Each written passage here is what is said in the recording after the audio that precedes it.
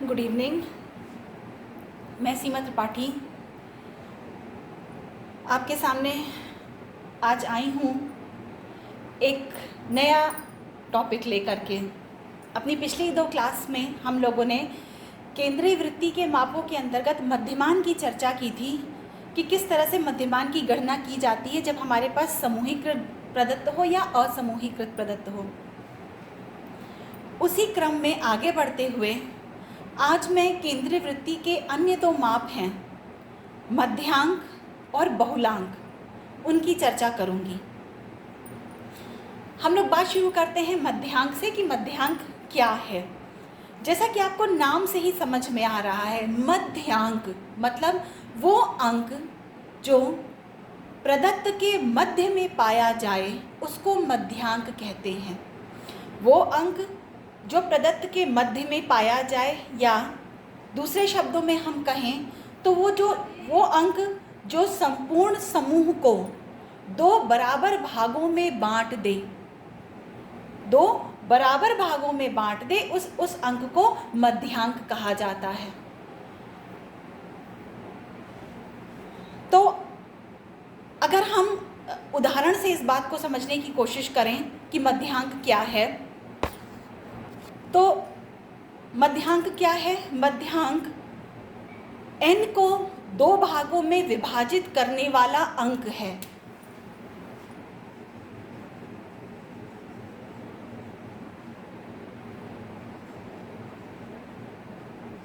मतलब वह अंक जो संपूर्ण आवृत्तियों के योग को 2 भागों में विभाजित करता है, तो n/2 अंक जो होता है वही मध्यांक कहलाता है।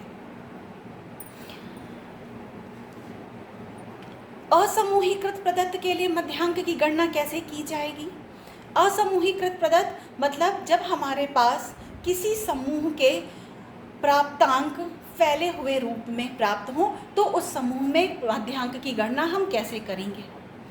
असमूहीकृत प्रदत्त में मध्यांक की गणना करने का जो सबसे पहला चरण है वो ये है कि हम संपूर्ण प्राप्तांकों को बढ़ते हुए या घटते हुए क्रम में व्यवस्थित कर लें। सबसे पहले हम क्या करेंगे?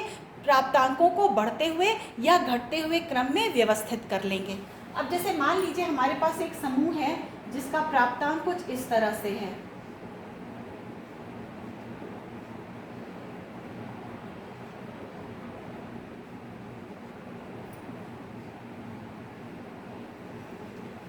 सात लोगों का एक समूह है जिनके प्राप्तांक कुछ इस प्रकार से है। अब हमको इस समूह का मध्यांक निकालना है, इस समूह के प्राप्तांकों के मध्यांक की गणना करनी है।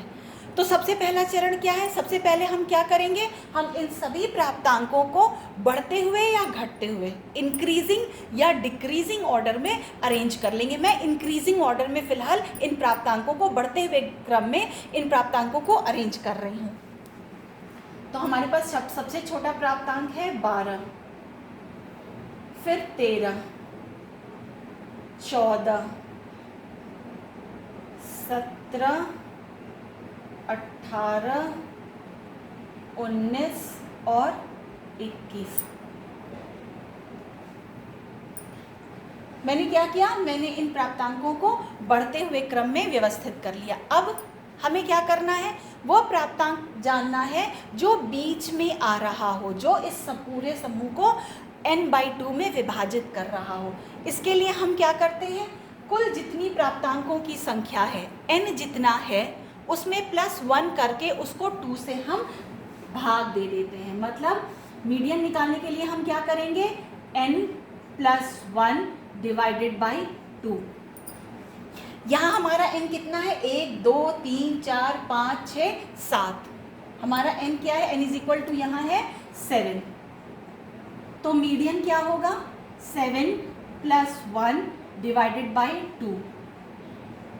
मतलब इन प्राप्तांकों में जो चौथे नंबर का प्राप्तांक है, चौथा प्राप्तांक, इन प्राप्तांकों में जो चौथा प्राप्तांक है वो प्राप्तांक ही इस समूह का मध्यांक होगा। मतलब वो प्राप्तांक इस समूह को इक्वल पार्ट्स में बांटेगा। चौथा प्राप्तांक यानी 1, 2, 3, 4, 17। तो ये जो प्राप्तांक हमारे पास थे, इन प्राप्तांकों का मध्यांक कितना है? 17 है। ये तो बात हुई जब हमारे पास विषम संख्या में प्राप्तांक हैं। मान लीजिए हमारे पास सम संख्या में प्राप्तांक होते। हमारे पास एक ऐसा समूह है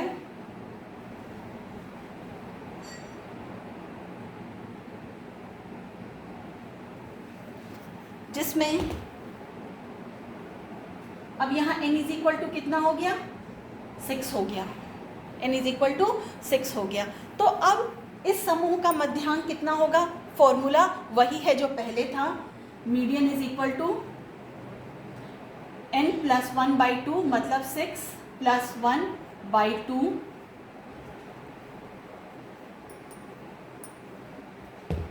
कितना हुआ? ये 3.5। मतलब इस प्रदत्त में जो 3.5वां प्राप्तांक है, 3.5 प्राप्तांक, वो ही इस समूह का मध्यांक है। अब 3.5 मतलब तीसरे और चौथे के बीच का, ये हमारा तीसरा प्राप्तांक है और ये चौथा प्राप्तांक है। तो इस तीसरे और चौथे के बीच का जो प्राप्तांक होगा वही इस समूह का मध्यांक होगा। मतलब अब मध्यांक क्या होगा?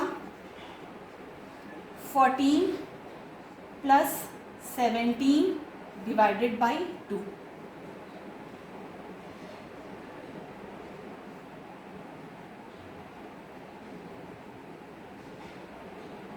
पंद्रह दशमलव 5।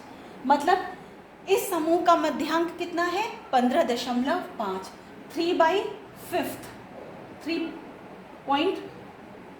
3/5 प्राप्तांक इस समूह का मध्यांक है। और 3.5 प्राप्तांक कौन सा है? तीसरे और चौथे प्राप्तांक के बीच का जो प्राप्तांक होगा वो 3.5वां प्राप्तांक होगा। तो तीसरे और चौथे के बीच का मतलब 14 और 17 के बीच का, 14 प्लस 17 डिवाइडेड बाई 2, मतलब 15.5 इस समूह का मध्यांक है।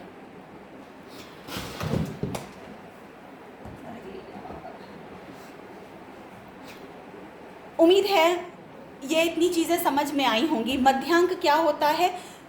असमूहीकृत प्रदत्त में मध्यांक n/2वां प्राप्तांक होता है। n/2वां प्राप्तांक निकालने के लिए हम क्या करते हैं? जो टोटल n की संख्या है उस संख्या में 1 जोड़ करके उसको 2 से हम भाग दे देते हैं। n plus 1 divided by 2। किसी भी असमूहीकृत प्रदत्त का मध्यांक क्या होता है? n प्लस 1 डिवाइडेड बाई 2वां स्कोर। ठीक है, ये तो बात हुई जब हमारे पास असमूहीकृत प्रदत्त हैं। समूहीकृत प्रदत्त में मध्यांक की गणना हम कैसे करेंगे?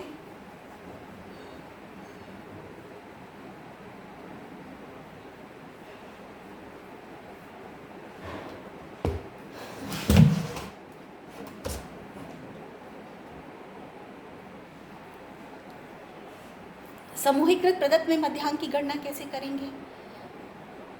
समूहीकृत प्रदत्त में मध्यांक वह अंक होता है जो संपूर्ण आवृत्तियों को 2 बराबर भागों में विभाजित कर रहा हो। कैसे निकालेंगे? सूत्र से हम लोग, फॉर्मूला से हम लोग बात शुरू करते हैं।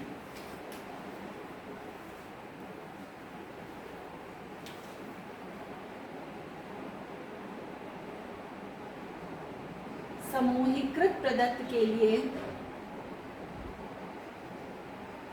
ग्रुप्ड डेटा के लिए मीडियन का सूत्र होता है L plus n/2 minus FB upon FM into I। समूहीकृत प्रदत्त के लिए मध्यांक का सूत्र होता है L plus n/2 minus FB upon FM into I। अब इसमें L, FB, FM और I क्या है? L उस वर्गांतराल की न्यूनतम लिमिट है जिस वर्गांतराल में n/2वां प्राप्तांक पाया जा रहा है। L उस वर्ग अंतराल की एग्जैक्ट लोअर लिमिट है जिसमें n/2वां प्राप्तांक पाया जा रहा है। FB एल वाले वर्ग अंतराल या n/2वें प्राप्तांक वाले वर्ग अंतराल से नीचे के सभी वर्ग अंतरालों की क्यूमुलेटिव फ्रीक्वेंसी या संचित आवृत्ति,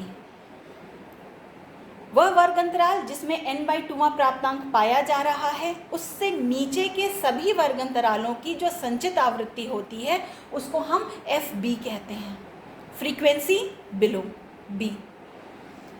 FM क्या है? FM उस वर्गंतराल की अपनी आवृत्ति जिस वर्गंतराल में n/2वां प्राप्तांक पाया जा रहा है।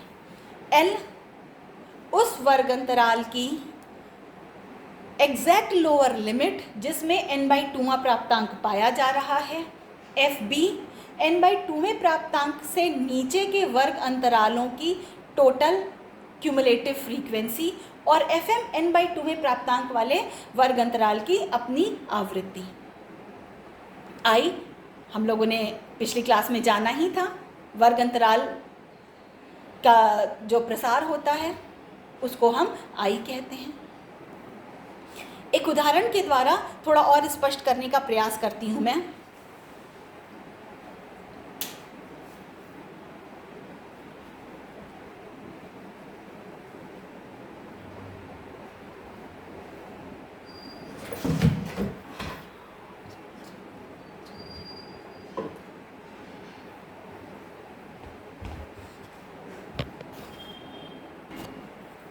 तो एक काल्पनिक प्रदत्त मैं लिख रही हूँ यहाँ।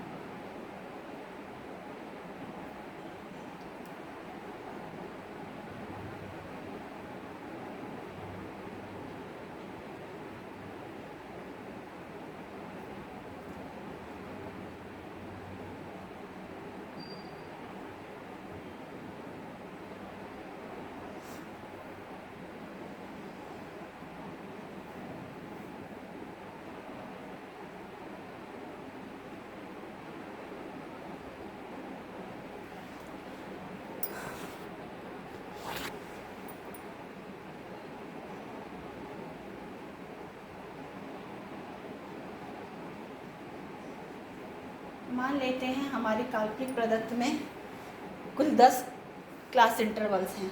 इन 10 क्लास इंटरवल्स की आवृत्ति लिख लेते हैं।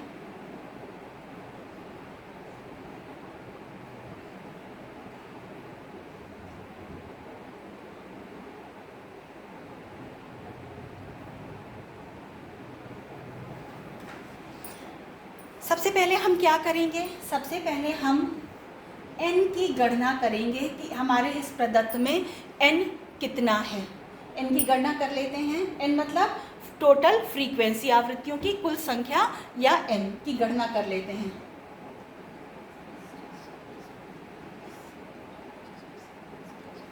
n हमारे यहाँ 30 है, जैसा कि आप टोटल करके देख सकते हैं। n हमारे यहाँ 30 है।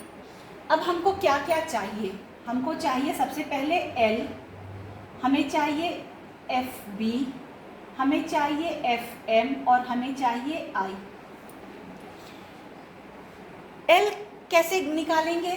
L वह क्लास इंटरवल जिसमें n/2वीं आवृत्ति पाई जाए। n/2वीं यानी n हमारा कितना है? n हमारा 30 है, तो n/2 का मतलब 15।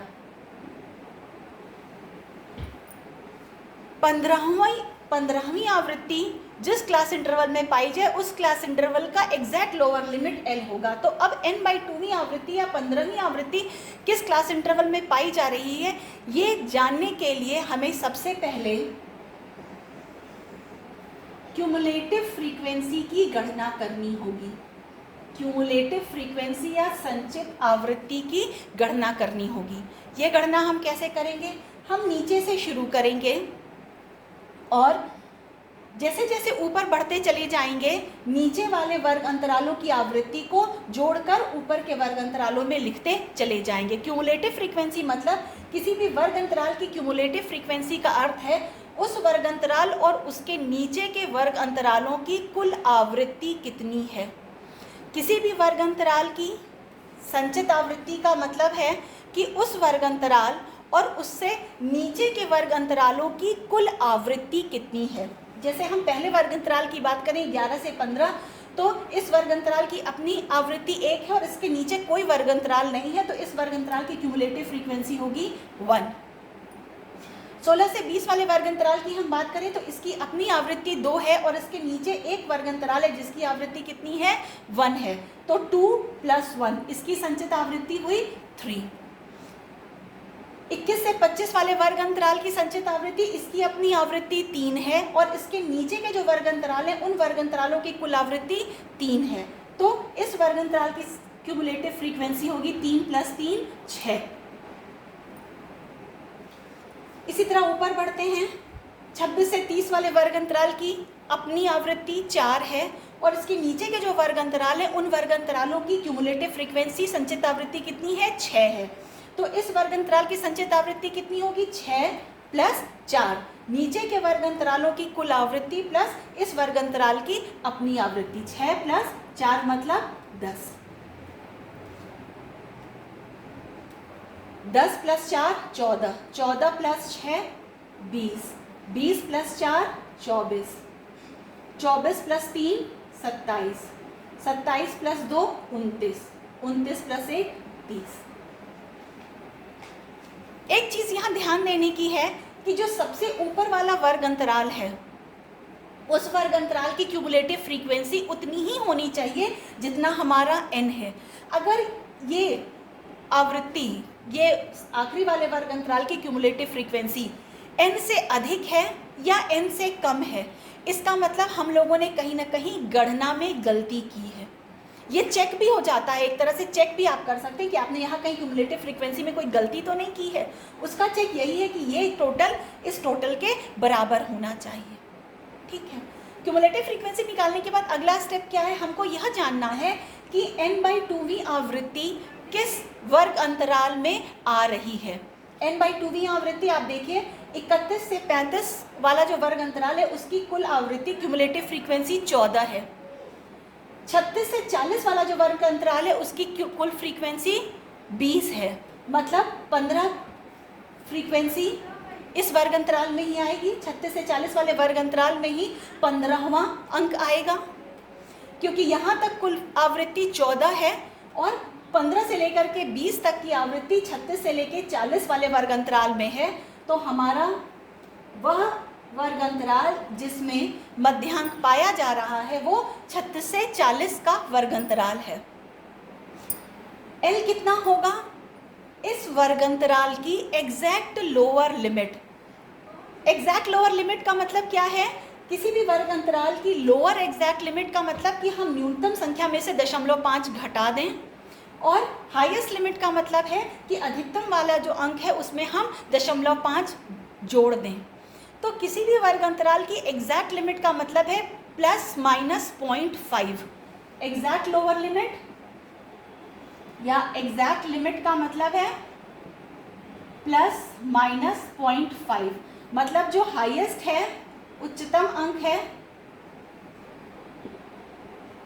उसमें हम 0.5 जोड़ दें और जो लोवेस्ट अंक है उसमें से हम 0.5 घटा दें, तो हमको हाईएस्ट लिमिट और लोवेस्ट लिमिट मिल जाएगी। तो यहाँ न्यूनतम अंक कितना है, 36 है। इस वर्ग अंतराल का न्यूनतम अंक कितना है, 36 है, और इसका अधिकतम अंक कितना है, 40 है। तो लोवेस्ट एग्जैक्ट लोअर लिमिट कितनी हुई, एग्जैक्ट लोअर लिमिट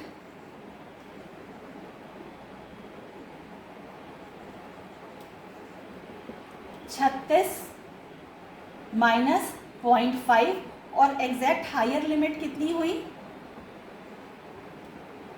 40 + 0.5। ठीक, तो ये जो एग्जैक्ट लोअर लिमिट होती है इसको हम L कहते हैं, और एग्जैक्ट जो हायर लिमिट होती है, अपर लिमिट होती है, इसको U कहा जाता है। एग्जैक्ट लोअर लिमिट L और एग्जैक्ट अपर लिमिट जो होती है उसको U कहा जाता है। तो अब यहाँ एग्जैक्ट लोअर लिमिट कितनी होगी, 36 में से हम 0.5 घटाएंगे तो कितना मिलेगा, 36 माइनस 0.5 इज इक्वल टू 35.5।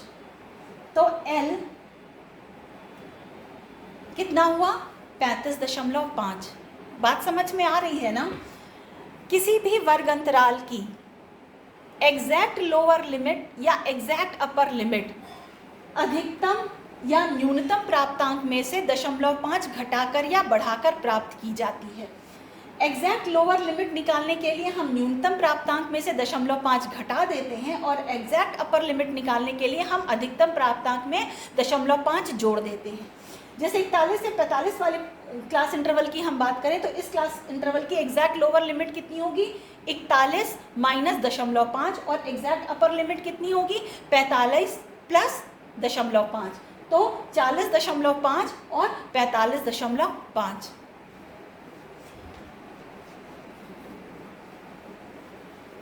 अब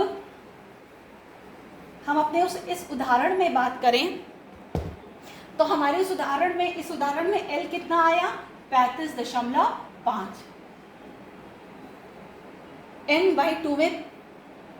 n/2वीं आवृत्ति का जो वर्ग अंतराल है उसकी एग्जैक्ट लोअर लिमिट। ठीक है, अगली चीज हमको क्या निकालनी है, FB क्या है, जिस वर्ग अंतराल में n/2वीं आवृत्ति पाई जा रही है उस वर्ग अंतराल से नीचे के वर्ग अंतरालों की क्यूमुलेटिव फ्रीक्वेंसी। FB क्या है, जिस वर्ग अंतराल में n/2वीं आवृत्ति पाई जा रही है, या दूसरे शब्दों में हम कहें जिस वर्ग अंतराल में मध्यांक पाया जा रहा है उसके नीचे के सभी वर्ग अंतरालों की कुल फ्रीक्वेंसी, क्यूमुलेटिव फ्रीक्वेंसी उन सभी वर्ग अंतरालों की जो इस मध्यांक वाले वर्ग अंतराल से नीचे पाए जा रहे हैं। क्यूमुलेटिव फ्रीक्वेंसी कितनी है, 14 है। ठीक, हम लोग यहाँ से जोड़ते हुए आए हैं तो इस वर्ग अंतराल तक की क्यूमुलेटिव फ्रीक्वेंसी कितनी है, 14 है। तो FB कितना हुआ, FB हुआ 14। FM क्या है, FM उस वर्ग अंतराल की आवृत्ति जिस वर्ग अंतराल में मध्यांक पाया जा रहा है, उस वर्ग अंतराल की आवृत्ति जिस वर्ग अंतराल में FM पाया जा रहा है, मध्यांक पाया जा रहा है। तो FB क्या हुआ, FM क्या हुआ। यहाँ बहुत ध्यान देने की बात है, जब हम कह रहे हैं FB और FM, तो FB मध्यांक वाले वर्ग अंतराल के नीचे के सभी वर्ग अंतरालों की कुल आवृत्ति है। FB मध्यांक वाले वर्ग अंतराल के नीचे के सभी वर्ग अंतरालों की कुल आवृत्ति या क्यूमुलेटिव फ्रीक्वेंसी है, जबकि FM मध्यांक वाले वर्ग अंतराल की आवृत्ति है। FB क्यूमुलेटिव फ्रीक्वेंसी है जबकि FM मध्यांक वाले वर्ग अंतराल की अपनी फ्रीक्वेंसी है। तो यहाँ FM कितना हुआ, FM हुआ 6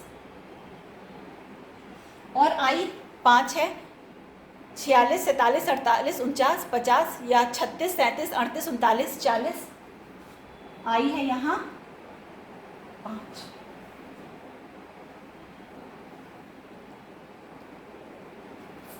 हमारा सूत्र क्या था, मीडियन का हमारा फॉर्मूला क्या था, हमारा फॉर्मूला था L plus n/2 minus FB upon FM into I।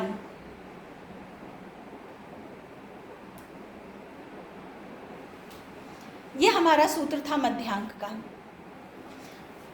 सारी वैल्यूज हमें पता चल गई। अब इन सारी वैल्यूज को फॉर्मूला में रखते हैं। तो ये हुआ 35.5 प्लस n/2 कितना है 15 माइनस FB 14 बटा FM 6 इंटू I गुणे 5। सॉल्व करते हैं इसको। 35.5 प्लस 1/6 गुणे 5,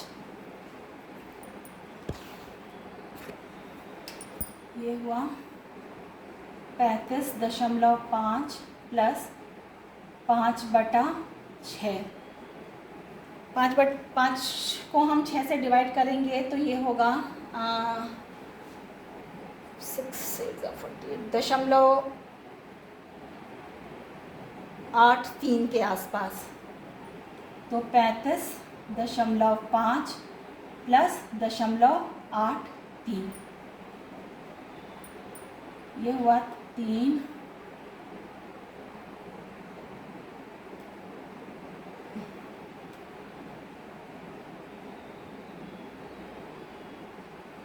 छत्तीस 36.33। मतलब हमारे पास ये जो प्रदत्त है, इस प्रदत्त का मध्यांक कितना प्राप्त हुआ? 36.33। हमने क्या किया है, 5 को 6 से डिवाइड किया, 0.83 आया, तो 35.5 में 0.83 जोड़ दिया तो 36.33 प्राप्त हुआ। मतलब ये जो प्रदत्त हमारे पास है, इस प्रदत्त का मध्यांक है 36.33। बहुत जल्दी से एक रिवीजन करते हैं स्टेप्स का।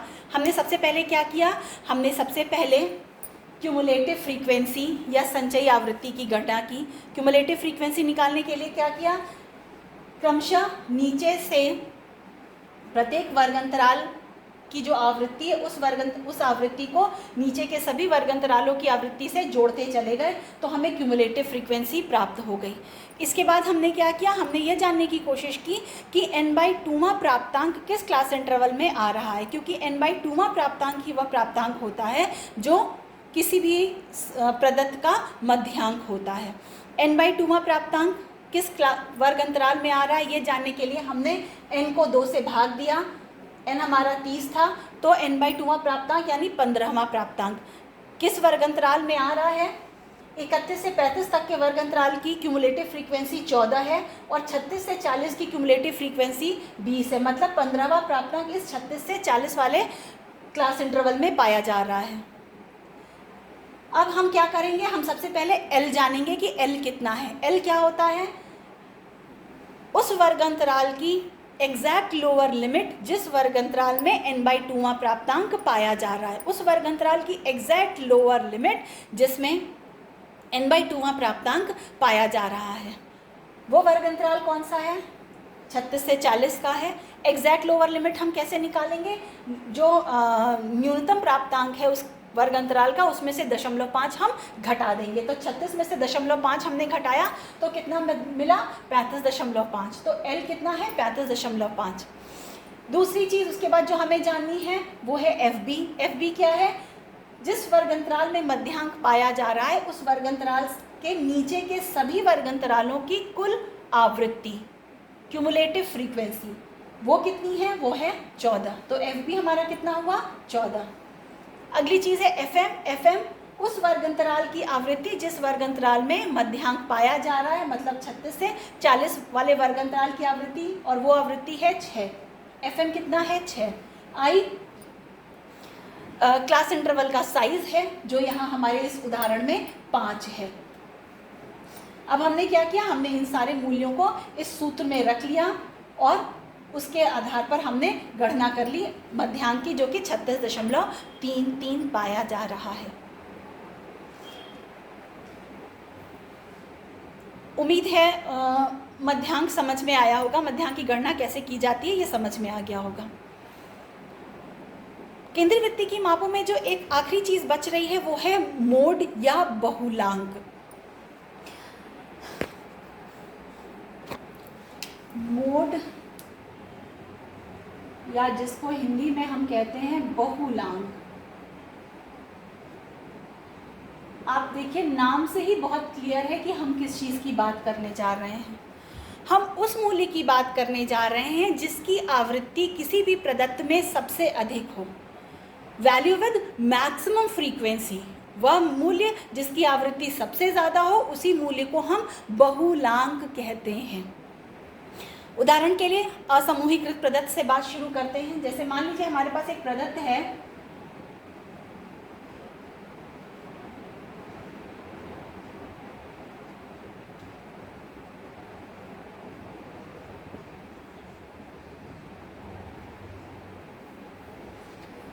जिसके मूल्य कुछ इस प्रकार से हैं, जिसमें प्राप्तांक कुछ इस प्रकार से हैं। अब इस प्रदत्त में वो अंक बहुलांक कहा जाएगा जिसकी बहुलता हो, जो मैक्सिमम फ्रीक्वेंसी में पाया जाए। अब आप देखिए, बाकी सारे अंक तो एक ही एक बार आ रहे हैं, 2 है जो 2 बार आ रहा है, 1 और 2, और 3 है जो 1 2 3 4 बार आया है।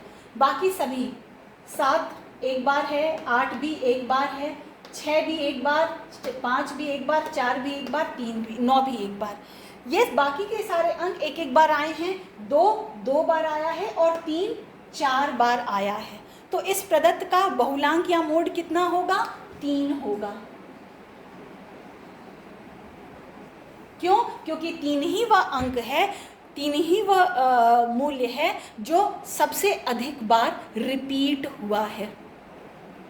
ये तो बात हुई असमूहीकृत प्रदत्त की। समूहीकृत प्रदत्त में किस तरह से हम गणना करेंगे बहुलांक की?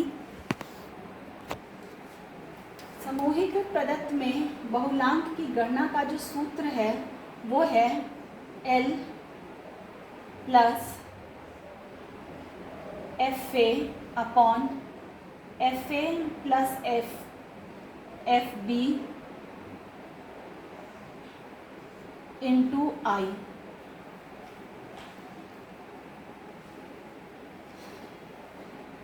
समूहीकृत प्रदत्त में बहुलांक की गणना का जो सूत्र है वो है L plus FA upon FA plus FB into I। L यहाँ क्या है? हम लोगों ने इससे पहले मीडियन में जाना कि L क्या है। L उस वर्ग अंतराल की एग्जैक्ट लोअर लिमिट है जिसमें बहुलांक पाया जा रहा है। उस वर्ग अंतराल की एग्जैक्ट लोअर लिमिट जिसमें बहुलांक पाया जा रहा है। FA उस वर्ग अंतराल की आवृत्ति जो वर्ग अंतराल बहुलांक वाले वर्ग अंतराल से ठीक ऊपर पाया जाए, उस वर्ग अंतराल की अपनी आवृत्ति जो वर्ग अंतराल बहुलांक वाले वर्ग अंतराल से ठीक ऊपर पाया जाए। FB उस वर्ग अंतराल की आवृत्ति जो बहुलांक वाले वर्ग अंतराल से ठीक नीचे पाया जाए।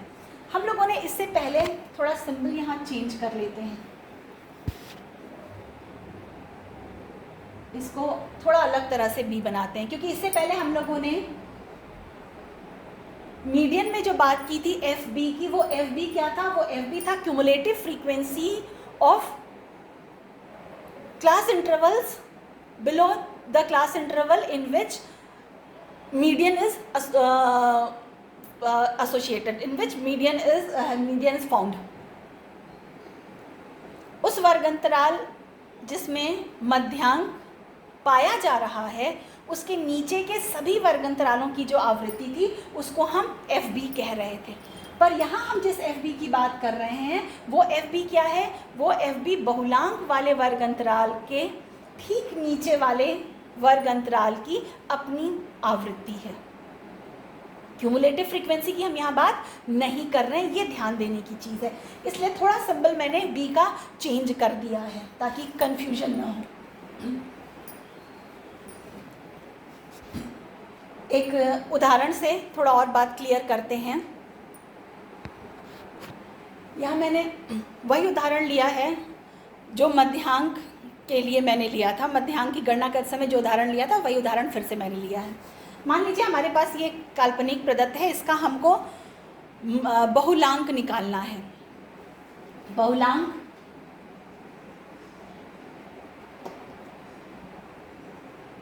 जिसका सूत्र अभी मैंने बात की थी L plus FA upon FA plus FB into I।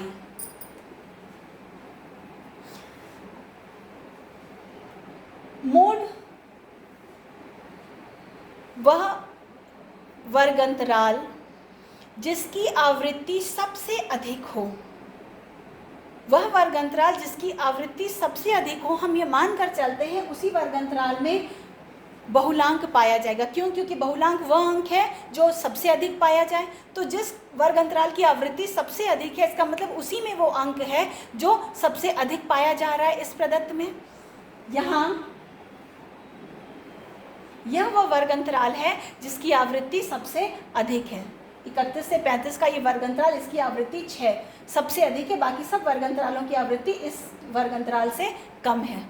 तो वर्ग अंतराल 31 से 35 में ही हमारा मोड पाया जा रहा है। L कितना होगा इस वर्ग अंतराल की एग्जैक्ट लोअर लिमिट? तो L यहाँ होगा 30.5। ये जो टोटल है इस वर्ग अंतराल से ऊपर का, ये जो टोटल, ये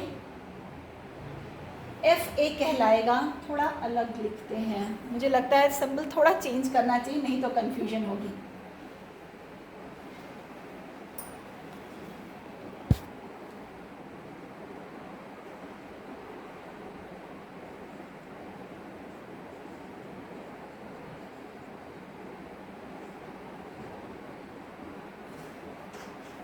ये जो टोटल है ये टोटल FA कहलाता है, और ये जो टोटल है ये FB कहलाता है, जिसकी चर्चा हम लोगों ने मध्यांक के समय की थी।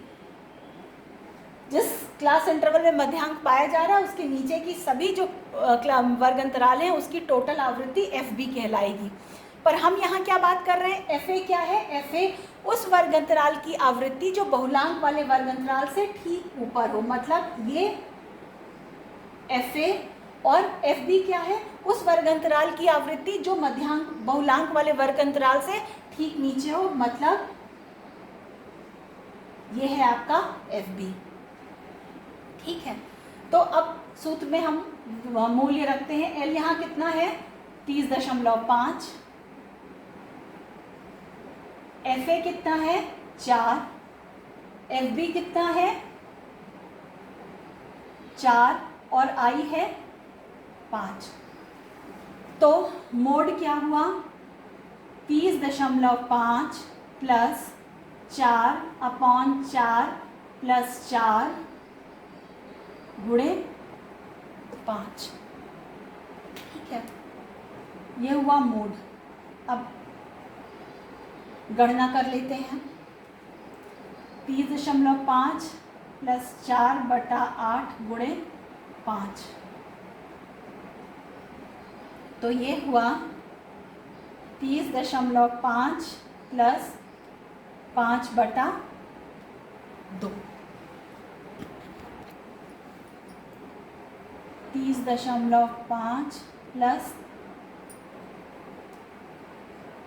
2.5, तो यहाँ मोड हुआ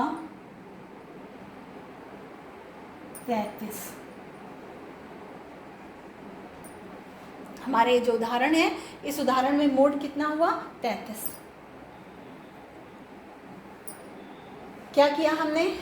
सबसे पहले L निकाला। L उस वर्ग अंतराल की एग्जैक्ट लोअर लिमिट जिस वर्ग अंतराल की आवृत्ति सबसे अधिक है। यहाँ हमारा ये वर्ग अंतराल 31 से 35, इसकी आवृत्ति सबसे अधिक है, तो इसकी एग्जैक्ट लोअर लिमिट कितनी हुई? 31 माइनस 0.5, तो ये हुआ 30.5। FA इस वर्ग अंतराल से ठीक ऊपर के वर्ग अंतराल की आवृत्ति जो कितनी है? 4 है। FB इस वर्ग अंतराल से ठीक नीचे वाले वर्ग अंतराल की टोटल आवृत्ति जो कितनी है? 4 है। अब हमने इस सूत्र में वैल्यूज रखनी है, L plus FA upon FA plus FB into I, और गणना करने पर इसका मोड कितना मिला है? हमें 33 मिला है। इस प्रकार हम लोगों ने देखा कि किसी भी समूहीकृत प्रदत्त से किस तरह से मीडियन और मोड की गणना की जाएगी। एक बात जो ध्यान देने की है वो ये है कि अगर हमारा जो प्रदत्त है वो बायस्ड नहीं है, वो नॉर्मली डिस्ट्रीब्यूटेड है, तो मीन, मीडियन और मोड तीनों के मूल्य लगभग आसपास ही पाए जाते हैं, लगभग एक जैसे ही पाए जाते हैं, बहुत ज़्यादा अंतर उनमें नहीं होता है। उम्मीद है मीडियन और मोड की गणना कैसे की जाएगी समझ में आ गया होगा। आगे के अपने क्लास में मैं बात करूंगी कुछ सापेक्षिक मापों की जैसे क्वार्टाइल डेविएशन और स्टैंडर्ड डेविएशन। Good day.